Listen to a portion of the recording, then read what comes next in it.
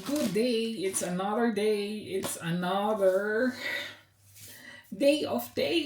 Yes, guys, naka-day off na naman si RC and today is August 22. It's Friday, guys. August 22. My God, ang bilis na, no? And anong oras na, guys? It's 5:30 p.m. Ang saya-saya, charot. Late na late talaga ako nag-start mag-vlog kasi wala akong ginawa this morning. Late na naman akong gumising kasi nga galing tayong duty. And late ako natulog mga almost 3 a.m. na, guys, kasi nag-ano ako ng movie. Ayun, and then gumising ako mga 11:30 a.m. Always na yun, guys, 11:30 a.m. na ako gumigising. May duty man or wala, yeah, 11:30 a.m. And then nag-breakfast. And then wala akong ginawa, hindi pa nga kami nag-lunch. Hindi kami nag-lunch, guys, kasi yung breakfast ko, brunch ko, yun na yun. And now it's 5:30 p.m. Ayun, ang ginawa ko lang kanina, guys, meron ako yung sa macrame, yung sa bag. Gumawa kasi ako ulit, pero maliit. You will see later. Hindi pa siya tapos, pero you will see later. Anyways, now, si partner sana ang gagawa nito, guys. Then I was like, okay, ako na lang para may vlog natin. Di ba? Dahil wala akong vlog. So mag-vlog tayo. Meron akong day off today, Friday hanggang Sunday. And then tomorrow meron akong activity, lalabas ako. I'm going to meet Kitcha and Christine tomorrow sa garden ni Kitcha. So I'm not sure kung mag-vlog ako dun. But anyways, today, tingnan ko kung gaano kalaki yung binili ni Part. Gagawa kasi ako ng schnitzel, guys. Schnitzel is ito yung guys, one of the typical food of Germany na sikat kasi schnitzel talaga sa mga tourists pag bumibisita dito sa Germany or wherever in Germany. Schnitzel talaga yung yung parang sikat na mai-offer ng mga restaurant. Ganun. Schnitzel. So, tatlo pala binili niya. Tatlo binili ni partner, guys. Eto. Bakit tatlo binili? Sabi ko dalawa bibilin eh. Ito talaga si no? Gumagawa talaga siya ng mga So, ang ingredients natin, guys, is very very simple. Para lang tayo, braided lang siya. Braided pork chop.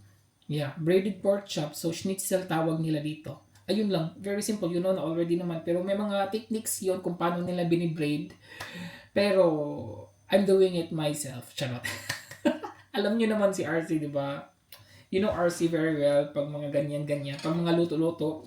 Although there are recipes and procedures how to do it, but I want to do it my own. I want to do it.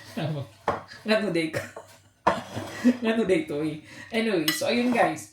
So meron tayo ditong before ko i-prepare yung pork, muna natin itong flour. Meron tayong flour. Lagay muna natin siya dyan, pang braid nga. Mga 3 siguro lang. And then meron tayo ditong parang breadcrumbs, guys. Ang tawag nila dito is hindi na siya masyado yung hanap na siya, guys. Blurred na siya. Ito siya, guys. Breadcrumbs, guys. Pero yung breadcrumbs nila dito is iba sa atin. Para siyang maliliit na very, very small circles. Ayun, guys. Breadcrumbs nila dito. Ayan. Mga 3 lang, guys, siguro. Kasi nga, hindi nga ito madami, diba? 3 lang yan ang Sabi ko kay partner, 2 lang. Kasi gusto ko, once lang ako kakain ito, hindi na ako kakain ito pag, may leftover. Ayoko niyan pag may leftover. Then, so, tapos itlog.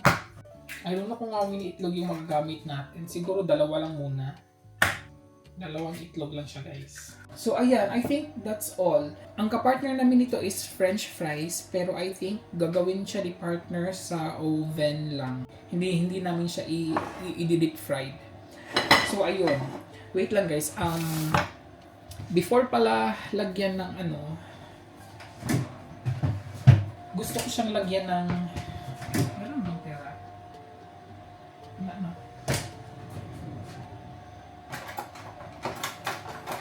Gusto kong maglagay ng ang tawag nito?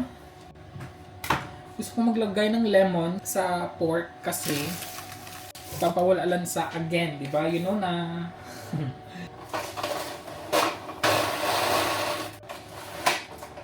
gagawin natin is itong pork, kailangan pa siyang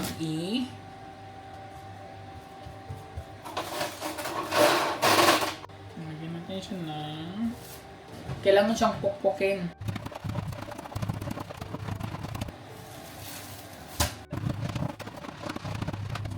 Ayan, ang laki guys. Lumaki siya tuloy. Oops. Ayan. Tapos na siya. And another one. Nilalagyan ko siya ng plastic guys para hindi tumalsik. Para walang talsik-talsik na magaganap habang nag-ano tayo ng meat. Diba? And the last one. Tatlo talaga. Ay naku. Okay. Dito na ako sa ang tawag nun, magsisison ng meat. Tanggalin ko muna. So, lagyan ko muna siya ng lemon. Ang cute naman ng lemon ito eh. Ang cute ng lemon. Ang cute, ang tigas ng lemon guys. Ayan, natin siya para ayan. Salt. Pepper. Of course, on the other side. Ayan. And then, lagyan din natin tong mga lang ilagyan ko guys, yung egg. Yung egg at flour lang yung nilalagyan ko para naman may lasa.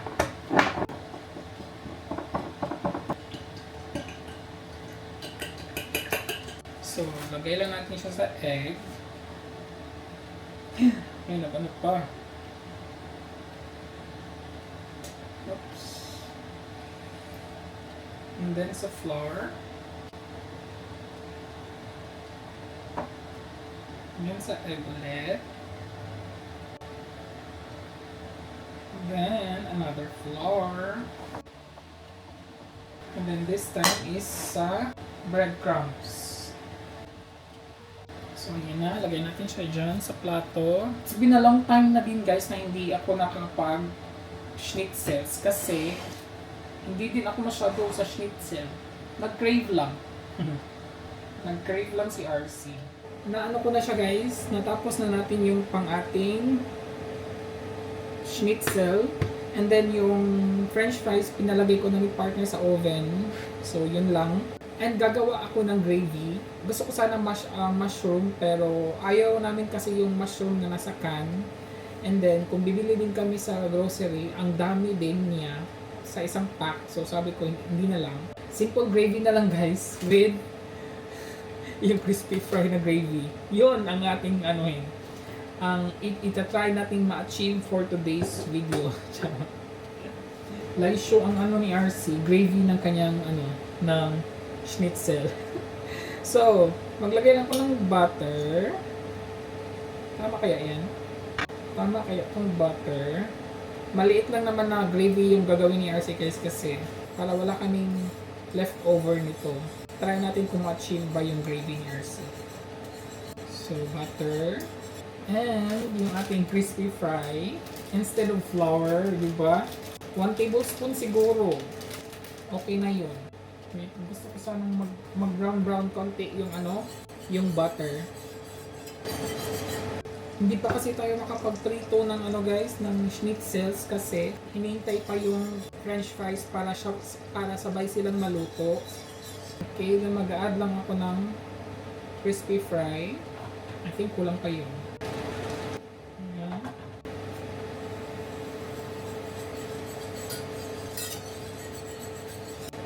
And mag-add tayo ng water.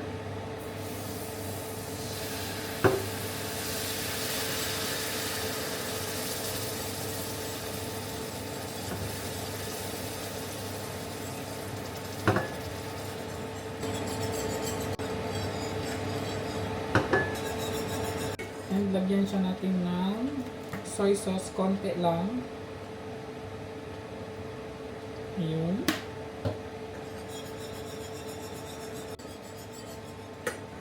And then pepper. Lagyan ko siya konti ng salt kahit na may lasa naman yung crispy fry. May instant gravy na si RC. Pero meron lang akong, I think magdagdag siguro ako ng soy sauce, guys. Kasi ano siya eh, parang loose pad, gano'n.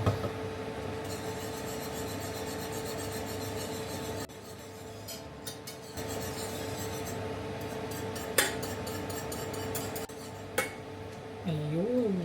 Nakapag-instant gravy na si RC, guys. And let's try.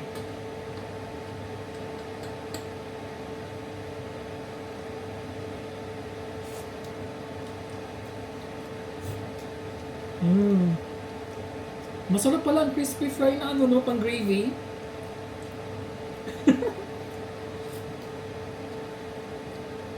Uy, my God.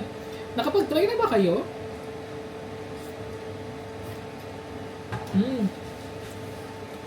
My God, guys. Pero yung soy sauce na ginamit ko, guys, is yung Kikkoman. Crispy fry lang, ha? Oh. So, hindi na tayo maglalagay ng salt kasi tama na yun. Uy, ang sarap. Parang kumain ako ng ano, KFC. Charot.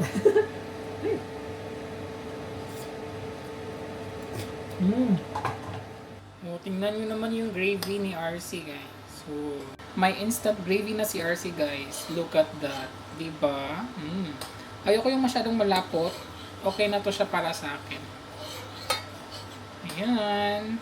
Ready na. So, ihahanda ko na ang ating pang schnitzel. Maglagay na lang ako ng oil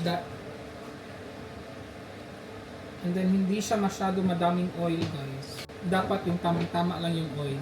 Ang tagal pa ng french fries, guys. Mga 5 minutes pa. Babalik ako mga after 5 minutes, guys. And then, kasi nga yung para sabay talaga sila maluto.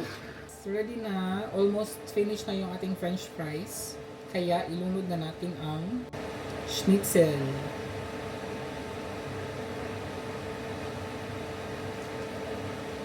Ay, hindi pa pala siya masyado mainit, guys. Na-excite si RC. Ang laki. Sana magkasya to, guys. Okay lang para hindi din siya mag-pisik-pisik din, no, diba? Okay lang yung hindi masyado mainit. Para magkasya siya dito. Dito lang lagay ng french fries mamaya. Ang simple lang ng schnitzel, diba? Pwede to sa Pinas ang gawin. Pero sa atin, diba, guys, with rice talaga. Dito kasi potatoes ang nila. Either potato salad, french fries, ganun ang partner niya to. Or pwede rin noodle salad, guys. Yung noodle salad nila is para siyang macaroni salad sa atin. Pero yung sa atin kasi macaroni salad is merong fruit cocktail. Sa kanila dito is yung macaroni salad is mayonnaise lang, and I think may lemon, tapos kamatis, cucumber, ganun sila. Tapos yung pickled cucumber, ganun yun. May carrots, ganun. Hindi matamis yung kanilang macaroni salad dito. Balik pa rin natin. Ayan, tapos na ang ating schnitzel with french fries. Pagilid. This is schnitzel in Germany. Diba? And dito na ang ating gravy na gawa ni RC. You want gravy? Yeah. Whole, right? Everything.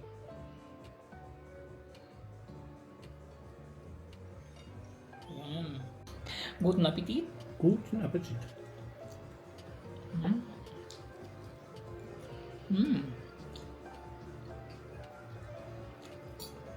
So, okay, ist durch. Ist das? Ang sarap.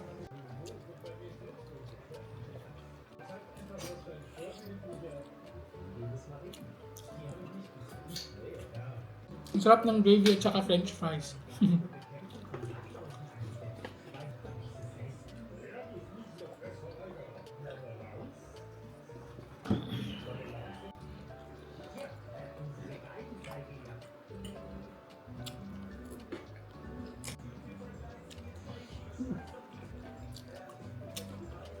Ang laki guys. Mm.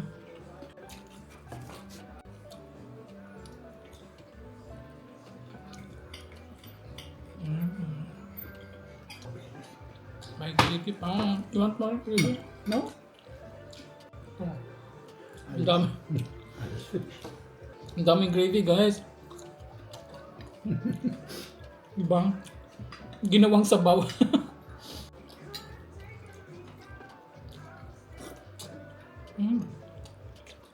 Para akong kumain ng ano guys. Mashed potato with gravy nung sa Jollibee. Maayong hapon. It's another day. It's another new day. Charot. Naputol yung vlog natin the other day. Ngayon ko lang siya i-continue and it's another late afternoon na guys. 6 p.m. na pala. Gabi na guys. Early evening na pala. Hindi na late afternoon. Charot. Ngayon lang pala talaga ako nag-ano. Oh my god, mabigat. Mabigat na nga guys. Ngayon lang talaga ako nag-start mag-vlog. I mean, tinapos yung vlog. Magpe-prepare lang naman ako ng dinner namin anyways.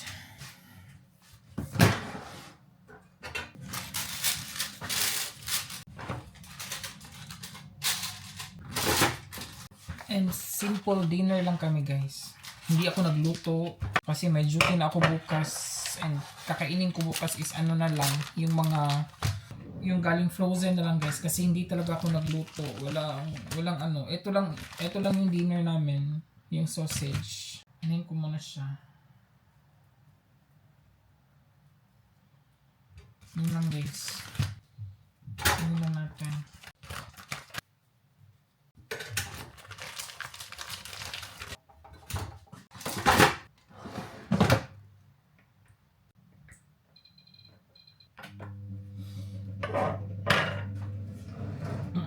Yung dinner ko guys, yung sausage lang. Tapos meron pa naman kaming rice. And then, cucumber. Meron din ako dito yung kimchi. Hindi ko na naman ito maubos yung... Ang tagal talaga nitong kimchi na to guys. Survivor pa siya. Magwa 1 month na ata to guys. Buhay na buhay pa din yung kimchi ni Ate Maureen. Ubusin ko na lang yung rice guys. At parang hindi ko ito maubos yung rice. So, lagay lang natin ito sa lamesa. Ang ipapartner ni partner sa kanyang sausage is bread lang daw. Yan guys, naghihintay lang tayo ng ating sausage. And while naghihintay, i-congratulate. I-greet muna natin si Ma'am Heidi Canlas Fonseca na mag-birthday ngayong August 26. Happy birthday. Advance happy birthday or late happy birthday. Enjoy your day po and yeah, just enjoy your day and again happy birthday. Thank you for always watching. So guys, while waiting sa ating sausage, ipapakita ko lang ang aking new bag. New creation ni RC, di ba? Mas malaki yung una. Ito is mas maliit na siya, guys. So this one I can bring this to like when I go to the city. And kakatapos lang niya today. Kaya wala akong masyadong vlog. Nag-concentrate ako guys na matapos na siya. Madali lang siya. Mga 3 days ko lang to siya natapos. Kasi mas maliit siya. Meron na siyang organizer dyan. And then yung strap na ginamit ko guys sa another bag ko din siya na strap. So pwede siya. And then wala pa siyang zipper kasi naghihintay pa ako. Siguro Monday pa talaga siya dadating. Yung isang bag din wala pa siyang zipper. So, ayan, di ba? Mas maganda na siya. Ang ganda ng kulay niya. Look at that. Di ba? Ayan. Ito talaga yung gusto ko na size na bag na hindi malaki, hindi din maliit. Saktong-sakto lang. Diba? Mas madami ka ding maano nito, mailalagay na ano ko na siya, guys. And look at yung organizer. Kunin natin yung organizer. Ito, di ba? Malaki siya. Tapos naipasok pa siya sa sa bag. Ayun, meron na namang bag si RC.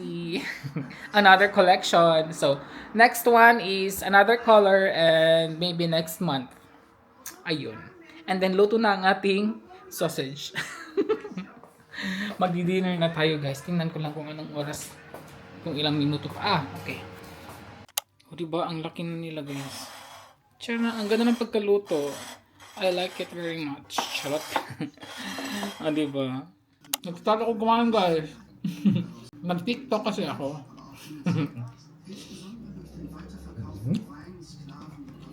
Meron nga pala ako ditong tirang ano, guys. Siomai. Gawa to ni Christine.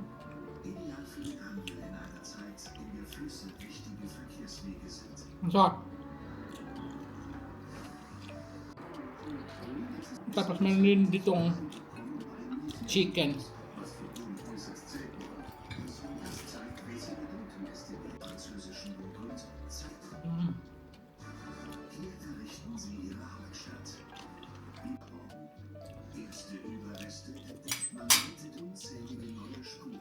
Masarap siya na combination. Sausage, kimchi, and cucumber, guys. Masarap.